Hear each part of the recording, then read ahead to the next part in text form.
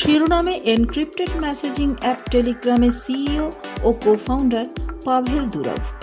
তার এক মন্তব্যে তোলপাড় বিশ্বজুড়ে। ব্যক্তিগত জীবন সম্পর্কে এমনই এক তথ্য দিচ্ছেন উদ্যোগপতি।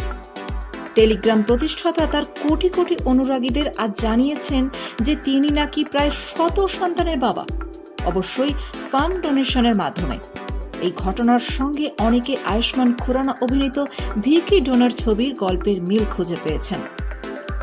এ যেন বাস্তব জীবনে ভিকি ডোনার। 2012 সালে মুক্তি পাওয়া ছক ভাঙা ছবিতে অভিনয় করেছিলেন আয়ুষ্মান খুরানা ও ইয়ামি গৌতম। সেখানেও স্পাম ডোনার ছিলেন ভিকি। ছবির গল্প অনুযায়ী তার শুক্রাণু থেকে জন্ম নেওয়া সন্তানের সংখ্যা ছিল 53। তবে সিনেমার গল্পকে পেছনে ফেললেন টেলিগ্রামের সিইও। 12টি দেশ জুড়ে স্পাম ডোনেশনের মাধ্যমে তিনি প্রায় 100-রও বেশি সন্তানের বাবা। পাভেলের নিজস্ব অফিসিয়াল টেলিগ্রাম চ্যানেলে আজ এই বার্তা পাঠানো হয়। একাধিক প্রতিবেদন সূত্রে খবর, সেই মেসেজে তিনি অতীত জীবনে স্পাম ডোনেশনের সঙ্গে যুক্ত ছিলেন বলেও জানান। পাভেল দুরভের বিবৃতিতে বলা হয় যে স্পাম ডোনেশন যত প্রোগ্রাম হতো সেখানে তিনি খুবই সক্রিয়ভাবে অংশ নিতেন। তিনি বিয়ে করেননি এবং একাকী জীবনযাপনই চেয়েছেন চিরকাল।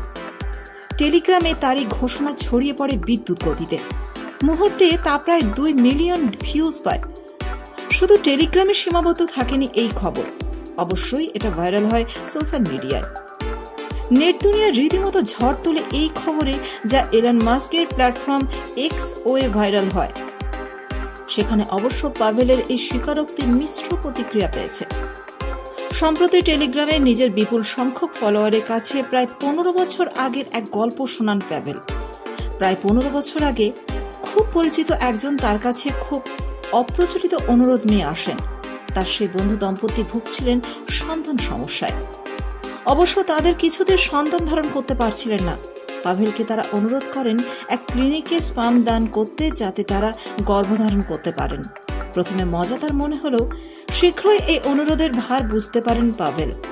তার অ্যাকাউন্টে করা হয় পোস্ট অনুযায়ী ক্লিনিকের পরিচালক তার উচ্চমানের দাতা সামগ্রীর উল্লেখযোগ্য ঘাটতির কথা জানান।